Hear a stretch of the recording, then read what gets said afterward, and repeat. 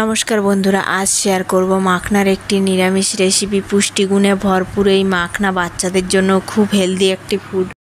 এখন আমি মূল রেসিপিতে চলে আসলাম। এদিকে আমি সামান্য ঘি দিয়ে কড়াইয়ে মাখনাগুলো ভেজে নিলাম। মাখনা ভাজা হয়েছে কিনা বোঝার জন্য একটা মাখনা চাপ দিলেই গুঁড়ো হয়ে গেল, তখন বুঝতে হবে মাখনা ভাজা হয়ে গেছে। এদিকে আমি কড়াইতে মাখনা নামিয়ে নিয়ে ওই কড়াইতে তেল দিয়ে দিয়েছি। তেলের মধ্যে তেজপাতা, গোটা জিরে আর গোটা গরম মশলা দিয়ে কেটে নেওয়া আলু দিয়ে একটু লবণ হলুদ দিয়ে ভেজে নিয়ে তার মধ্যে দিয়ে দিলাম আদা, জিরে আর শুকনো লঙ্কা বাটা দিয়ে একটু কষিয়ে নিয়ে তার মধ্যে বাটি ধুয়ে জল দিয়ে দিলাম, মশলার বাটি ধোয়া জল দিয়ে আবারও মশলাটা ভালো করে কষিয়ে নিলাম। ভালো করে তেল ছাড়া পর্যন্ত মশলা কষিয়ে নিয়ে এখন আমি ঝোলের জন্য পরিমাণ মতো জল দিয়ে দিলাম।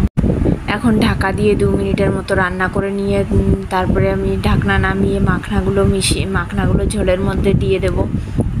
দিয়ে মাখনাগুলো ভালো করে মিশিয়ে নিয়ে তারপরে আবারও ঢাকা দিয়ে 1-1.5 মিনিট রান্না করে নেব।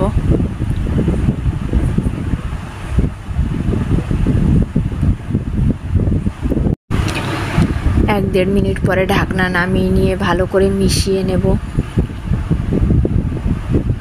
ভালো করে নেড়ে চেড়ে দিয়ে দেবো সামান্য একটু চিনিটা দিয়ে আবারও ভালো করে নাড়িয়ে দিয়ে এবার নামিয়ে নেব। এই মাখনা ঝোলে খুব বেশি ফুটালে কিন্তু গলে যাবে, আবার খুব কম ফুটালে কিন্তু সেদ্ধ হবে না। যাই হোক, আমি যেভাবে করলাম এইভাবে একবার বাড়িতে ট্রাই করবেন। আর আমার এই রেসিপিটা আজকে কেমন হয়েছে অবশ্যই কমেন্ট করে জানাবেন। যদি ভালো লাগে একটা লাইক দিয়ে চ্যানেলটি সাবস্ক্রাইব করে পাশে থাকবেন। আমি এখানে একটা মাখনা নিয়ে হাতে চেপে দেখিয়ে দিলাম। মাখনাটা সেদ্ধ কিন্তু একদম পারফেক্ট হয়েছে। আমি এদিকে দুপুরের খাবারটাও বেড়ে নিলাম। এতক্ষণ আমার সঙ্গে থাকার জন্য সকলকে অনেক অনেক ধন্যবাদ।